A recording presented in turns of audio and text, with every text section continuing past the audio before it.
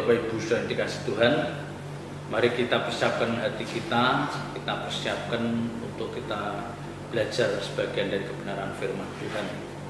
Kita awali di dalam doa, ya. Mari kita tundukkan kepala, kita berdoa.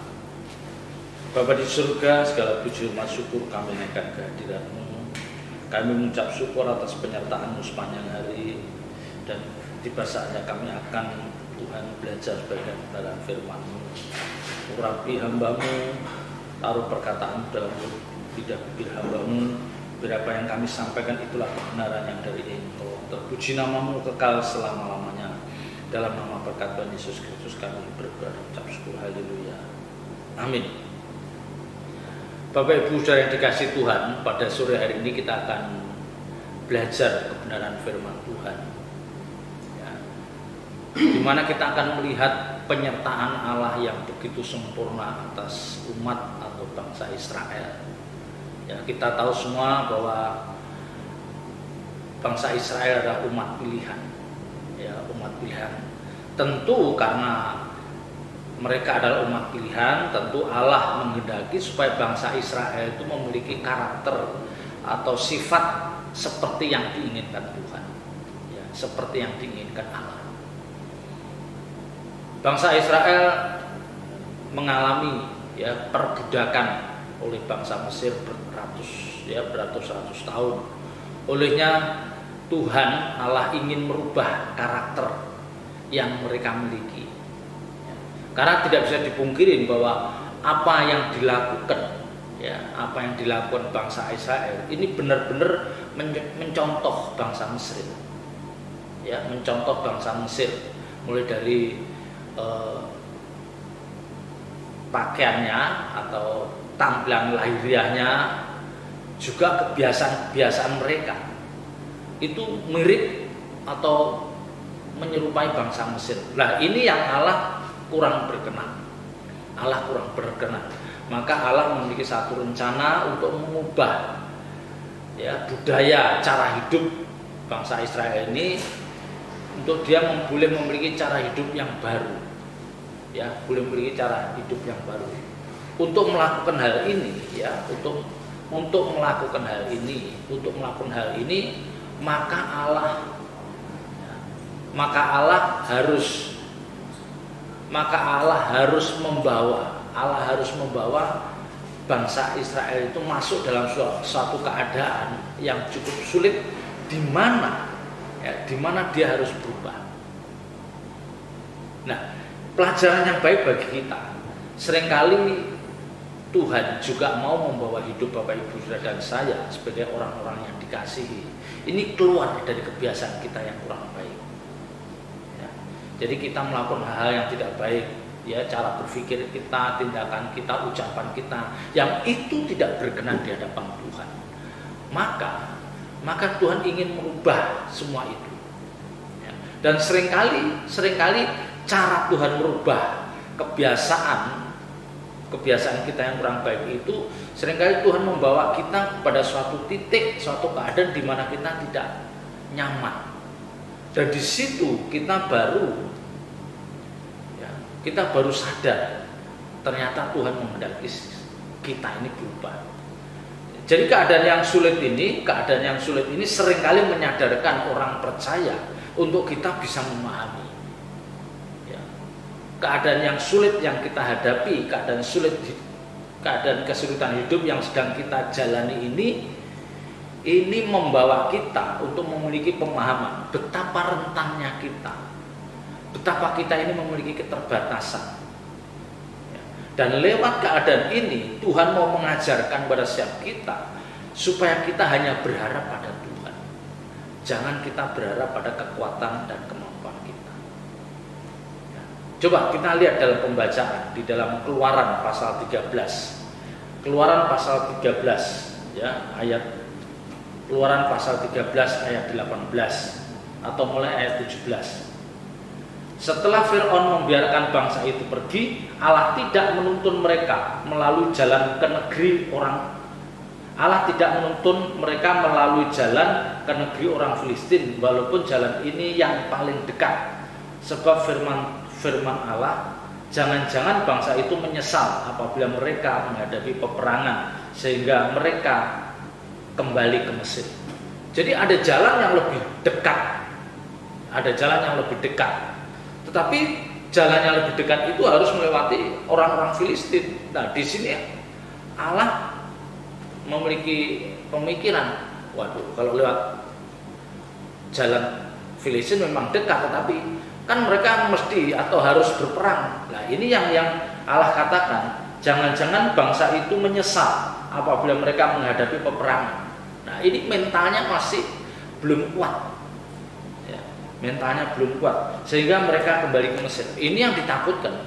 Begitu keluar nanti ketemu bangsa Filistin, perang, mereka takut, nyalinya ciut, ya, mereka balik lagi ke Mesir. Padahal Allah merancang supaya bangsa Israel keluar dari Mesir. Maka di dalam ayat 18 dikatakan, tetapi Allah menuntun bangsa itu berputar melalui jalan di padang gurun menuju laut Tebrau. Dengan siap sedia berperang, berjalanlah orang Israel dari tanah Mesir. Ya, jadi dia keluar dari tanah Mesir lewat menuju ke laut Tebrau. Ya, menuju laut Tebrau. Nah, ketika bangsa Israel keluar dari Mesir, mereka tidak berpikiran bahwa Fir'aun itu akan mengejar mereka. Ya, jadi mereka menganggap bahwa Fir'aun itu mengikhlaskan, ya, dengan legowo membiarkan bangsa Israel itu pergi, ya, untuk mereka beribadah pada Allah mereka. Ya, ini menuju laut Tebrau, ini bukan melewati jalan yang lebih dekat, ya, bukan melewati jalan yang lebih dekat karena penuh risiko, tetapi diajak berputar. Ya. Jadi kita melihat bagaimana Tuhan Allah itu mengatur perjalanan bangsa Israel. Dia tahu bahwa mental bangsa Israel itu belum siap kalau dia harus berperang. Setelah sekian ratus tahun hidup dalam perbudakan, ya, hidup dalam perbudakan orang Mesir, kalau nanti dia keluar terus berperang, mentalnya belum siap dan takutnya dia kembali ke Mesir. Ini yang ditakutkan Allah. Maka dia dijak jalan sedikit atau memutar, ya, memutar menuju laut Tebrau. Nah, kita mau melihat bagaimana penyertaan Allah itu yang begitu sempurna atas perjalanan bangsa Israel. Kita lihat Keluaran 13 ayat 21 dan 22. Tuhan berjalan di depan mereka. Ya, lihat.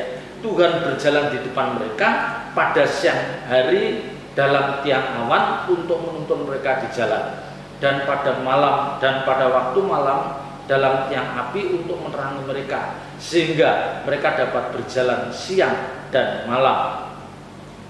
Dengan tidak beralih, tiang awan itu tetap ada pada siang hari dan tiang api ada pada malam, ada pada waktu malam di depan bangsa itu.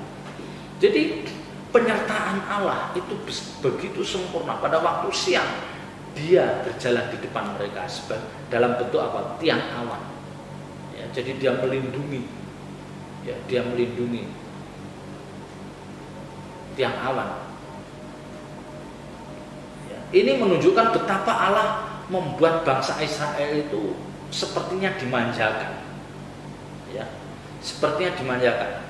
Umat Israel hanya ikuti kemana tiang awan, kemana tiang api itu berjalan. Jadi kalau misalnya tiang awan itu berjalan ke kiri, mereka mengikuti ke kiri. Ya, kalau tiang awan itu berjalan ke kanan, mereka mengikuti ke kanan. Kalau tiang awan itu berhenti, mereka juga berhenti. Demikian juga dengan pada waktu malam, tiang api yang ada di depan mereka. Ya, kita bisa membayangkan betapa sempurna penyertaan Allah atas umat Israel. Mungkin tidak ada kejadian setelah ini, mungkin tidak pernah kita mendengar atau menemukan penyertaan Allah atas suatu bangsa. Ya. Jadi kemana tiang awan atau tiang api bergerak, kesitulah bangsa Israel mereka harus bergerak. Siang atau malam mereka hanya perlu melihat ke atas. Jadi setiap siang dan malam dia berjalan, dia hanya melihat ke atas, di mana hadirat Allah ada. Dan mereka tidak perlu bertanya harus kemana Tuhan, harus kemana Tuhan, enggak, ikuti aja, ikuti. Ya, jadi Allah berjalan di depan mereka. Jadi begitu sederhananya bangsa Israel itu mengikuti tuntunan Allah, hanya melihat ke atas, ya, melihat ke atas tiang awan dan tiang api, dan di situ ada hadirat Allah. Ya. Kejadian pasal 14 ayat 1 dan 2. Berfirmanlah Tuhan kepada Musa demikian. Katakanlah kepada orang Israel supaya mereka balik kembali dan berkemah di depan Pihahirot antara Migdol dan laut, tepat di depan Baal Zephon. Berkemahlah kamu di tepi laut. Ya. Setelah dia menuju ke Laut Tibereu, Tuhan Allah mengatakan baliklah. Ya. Allah menyuruh balik orang Israel supaya mereka berkemah di depan Baal Zephon, tepi laut. Nah, ini tentu bukan tanpa alasan. Tentu ada satu pesan yang tidak disampaikan oleh Allah. Kenapa dia harus balik dan berkemah depan Baal Zephon itu di tepi laut Tibereu ini? Ya, ini satu tempat, ya. Jadi ini satu tempat yang hanya memiliki satu ujung, satu jalan. Jadi bagaimana orang itu masuk lewat jalan itu, kalau orang itu keluar nanti lewat jalan yang sama. Ya, jadi ini jalan menyempit seperti jalan buntu. Jadi ketika masuk lewat jalan itu, kalau keluar pun lewat jalan itu. Ya. Dan dengan kondisi seperti ini, ya, sepertinya bangsa Israel itu masuk dalam satu daerah atau jalan buntu. Ya, kalau ke arah selatan, ya, kalau kita lihat di dalam peta kuno itu ke arah selatan itu dia ketemu dengan gunung, ya, bertemu dengan padang gurun Mesir yang sangat luas. Ya, kalau dia selatan, ya, ke arah utara di situ berdiri benteng-benteng Mesir yang menakutkan. Ke arah barat itu ada Ramses dan Gosen, ya, dari mana dia jalan masuk itu. Sedang ke arah timur itu terbentang Laut Tibereu. Jadi ini seperti masuk sebuah perangkap kalau dilihat dari letak geografis tempat ini. Ya, jadi kalau misalnya dia diserang oleh musuh, tidak bisa lolos, ya, karena jalan di mana dia masuk, jalan itu juga di mana dia harus keluar. Ya, jadi ini secara militer, secara pertimbangan secara militer ini adalah keputusan yang kurang baik. Ya, karena sepertinya masuk perangkap. Ya, tapi bukan tidak mungkin Musa tahu posisi itu. Ya, jadi bukan tidak mungkin Musa tahu tempat itu, tidak ideal. Tetapi karena Musa itu memang sosok yang sudah berjalan bersama Allah cukup lama, jadi dia melakukannya tanpa bertanya lagi. Jadi Musa melakukan apa yang diperintahkan oleh Allah itu tanpa bertanya lagi. Dan lagi bangsa Israel juga tidak curiga. Ya, karena dia tahu bahwa Firaun mengizinkan mereka keluar dari Mesir, dan tidak ada dalam benak mereka bahwa Firaun itu akan mengejar mereka. Tetapi kenyataannya kalau kita lihat di dalam Keluaran 14 ayat 5 sampai dengan 7, ya. Keluaran 14 ayat 5 sampai 7. Ketika diberitahukan kepada Raja Mesir bahwa bangsa itu telah lari, maka berubah hati Firaun. Setelah tahu bahwa orang-orang Israel itu, ya, mungkin Firaun mengatakan mungkin orang Israel itu terjebak dalam satu tempat padang gurun di mana dia nggak bisa lari lagi. Nah, di sini, ya, Firaun itu berubahlah hati Firaun dan pegawai-pegawainya terhadap bangsa itu, dan berkatalah mereka, apakah yang telah kita berbuat ini, bahwa kita membiarkan orang Israel pergi dari perbudakan kita. Jadi akhirnya dia berpikir, mengapa kita biarkan Israel itu pergi keluar dari perbudakan kita? Nah, di situ ada inisiatif Firaun untuk mengejar mereka. Ya. Kemudian ia memasang keretanya dan membawa rakyatnya, serta ia membawa 600 kereta yang terpilih. Ya, segala kereta Mesir masing-masing lengkap dengan perwiranya. Demikianlah Tuhan mengeraskan hati Fir'aun raja Mesir itu sehingga ia mengejar orang Israel. Dan Tuhan membiarkan Fir'aun itu mengejar orang Israel itu. Nah, disinilah yang orang Israel tidak menyangka bahwa Fir'aun itu akan berubah pikiran. Dia tidak menyangka bahwa Fir'aun itu ada berubah pikiran akan mengejar. Ya. Jadi ini yang orang Israel jadi was-was. Ya, was-was. Ya, ayat 10. Ketika Fir'aun telah dekat, orang Israel menoleh, maka tampaklah orang Mesir bergerak menyusul mereka. Lalu sangat ketakutanlah orang Israel dan mereka berseru-seru kepada Tuhan.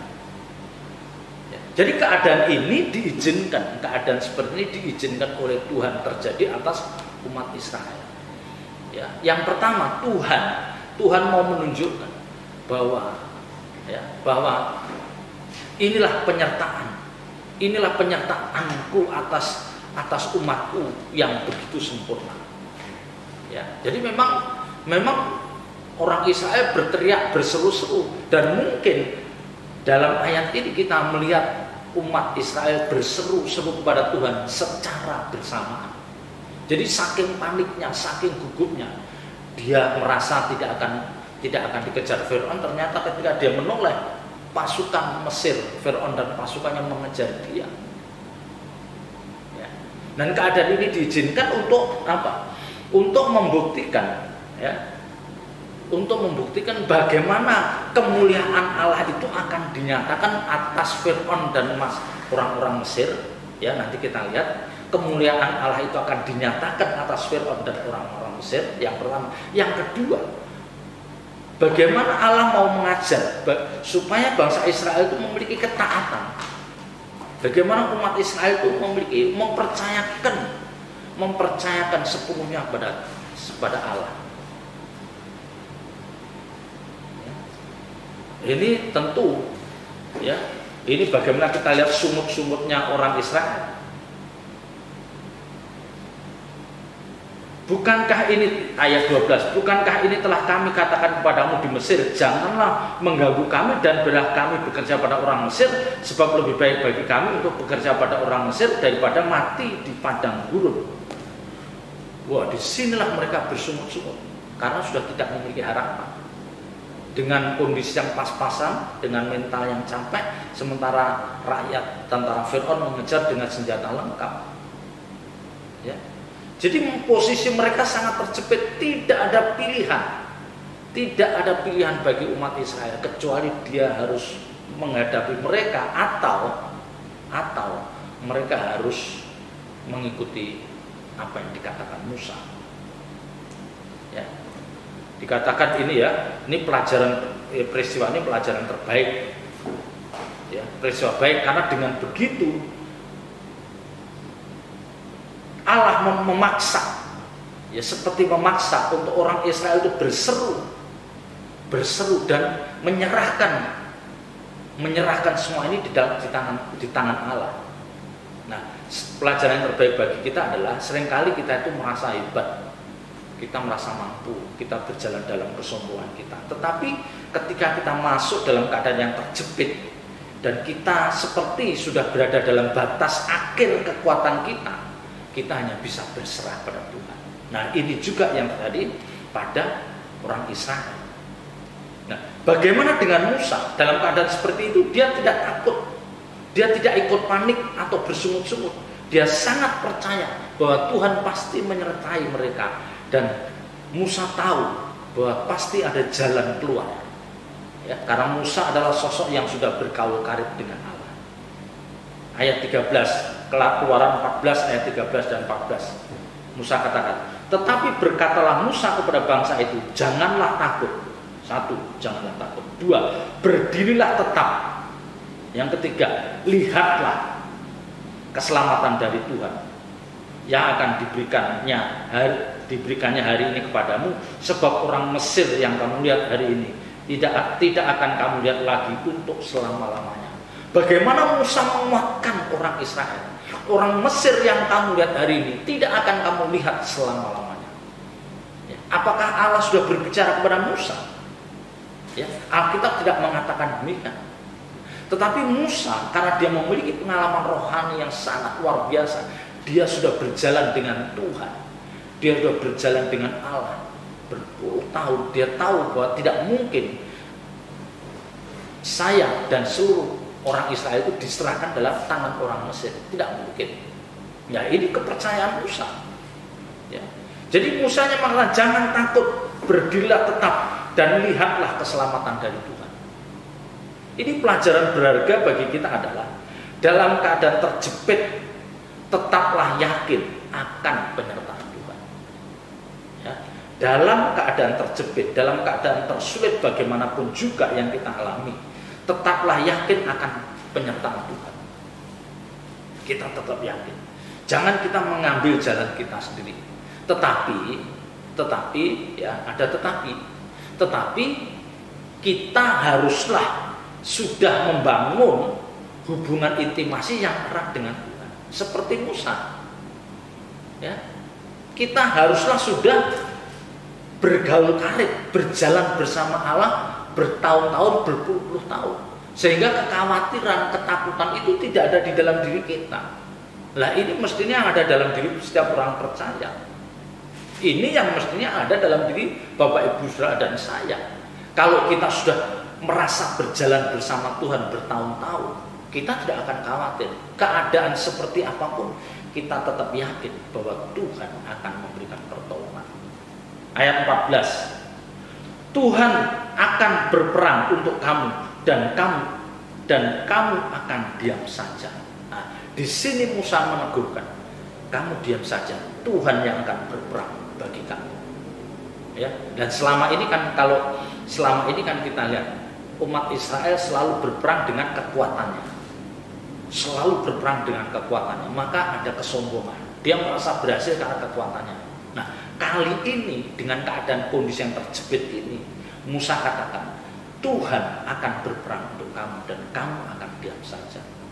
Dan orang Israel tidak ada pilihan kecuali hanya melakukan tepat seperti apa yang diperintahkan Musa. Nggak ada pilihan. Ya, karena bangsa Israel, orang Mesir itu semakin dekat. Orang Mesir itu semakin dekat. Ya, dia bersemut-semut nggak ada gunanya. Hanya ada satu jalan, berserah pada Tuhan dan ikuti apa yang dikatakan Musa sebagai juru bicara Allah. Itu, ya. Ada empat hal yang menarik dari pembacaan ini. Yang pertama, Allah membutuhkan tempat-tempat yang sulit, tempat-tempat yang menghimpit untuk mematahkan, untuk merubah kebiasaan orang-orang percaya. Jadi diperlukan keadaan yang sulit untuk merubah atau mematahkan kebiasaan-kebiasaan buruk orang-orang percaya. Nah, bagaimana cara Allah melepaskan kebiasaan orang Israel yang sepenuhnya seperti orang Mesir? Ya, kan orang Israel itu beratus-ratus tahun jadi budak, makanya kebiasaannya persis orang Mesir, membaca Quran Mesir, ya, berpikir seperti orang Mesir, dan kebiasaan-kebiasaan seperti orang Mesir juga. Ya, jadi Allah harus membawa orang Israel itu pada kondisi yang sulit, sama seperti kita. Ketika kita sombong, ketika kita angkuh, ya, ketika kita merasa hebat, Tuhan izinkan masalah yang berat terjadi. Itu untuk menunjukkan betapa rentannya kita. Itu Allah mau merubah cara hidup kita yang sombong, yang dulu sok arogan, merasa hebat. Allah buktikan bahwa kita tidak ada apa-apanya. Ya. Yang kedua, dalam keadaan yang terjepit, kita dipaksa harus mempercayakan sepenuhnya pada Allah. Hanya berharap pada Allah. Ya, hanya berharap pada Allah. Jangan berharap pada manusia. Nah, persis seperti bangsa Israel menghadapi tentara Firaun yang kuat. Ya, dan mereka tidak memiliki kekuatan untuk melawan mereka. Mereka tidak ada pilihan lain kecuali hanya berharap pada pertolongan Allah. Sama dengan Bapak Saudara. Bapak Ibu Saudara dan saya, dalam keadaan yang terjepit kita hanya berharap pada Tuhan. Kita duduk di kaki Tuhan, mohon belas kasihan. Ya. Pelajaran yang ketiga, ya, jika Tuhan ingin dipermuliakan, kalau kita ingin mempermuliakan Tuhan, kita diharapkan tetap dalam ketaatan, jangan berbantah-bantah atau kurang percaya. Ya, ya, kan kenyataannya gitu. Kita disuruh diam, berdiri tetap, dan lihatlah. Kita taat, akhirnya apa? Tuhan melakukan dengan cara yang luar biasa itu. Nah, akhirnya di sini apa? Nyata Tuhan dipermuliakan di hadapan Firaun, di hadapan rakyat Mesir dan juga umat Israel. Ya. Jadi kalau ketaatan kita akan perintah Tuhan itu mau tidak mau seperti secara tidak langsung itu memberikan ruang bagi Tuhan untuk menyatakan kemuliaan. Ya. Yang keempat, kalau Tuhan sudah menutup suatu jalan, maka tidak ada yang bisa membuka. Demikian juga kalau Tuhan sudah membuka suatu jalan, maka tidak ada yang bisa menutupnya. Ya, siapa nyangka Laut Kibrau itu akan dibelah lewat Musa. Ya, tangannya teracung dan laut itu terbelah. Itu pasti. Kalau Tuhan sudah berkehendak seperti itu, nggak ada yang bisa, tidak ada yang bisa menghalanginya. Demikian juga ketika habis terbelah, Tuhan kembalikan untuk menutup Laut Kibrau itu, tidak ada juga kuasa yang bisa menutupnya. Lah ini pelajaran yang baik bagi kita. Ya, jadi jangan pernah meragukan kesetiaan Allah. Jangan pernah meragukan penyertaan Allah dalam hidup Bapak Ibu Saudara saya. Hanya satu yang diperlukan, ketaatan kita, kerendahan hati kita. Ya, kalau Tuhan izinkan kita masuk dalam keadaan sulit, kita jangan bersungut-sungut. Itu cara Tuhan untuk Tuhan mengikis karakter kita yang kurang bagus. Itu cara Allah untuk menyempurnakan Bapak Ibu Saudara dan saya yang mungkin selama ini dalam hidup kesungguhan. Ya, puji Tuhan. Tuhan memberkati atas apa yang kami sampaikan. Ya, haleluya. Bapa di surga, kami bersyukur atas berkat firman-Mu. Meteraikan firman-Mu dalam hati setiap kami dan ajar kami melakukannya. Biar kami terus hidup dalam ketaatan. Terpuji nama-Mu kekal selama-lamanya. Dalam nama berkat Tuhan Yesus Kristus kami berdoa dan mengucap syukur. Haleluya. Amin.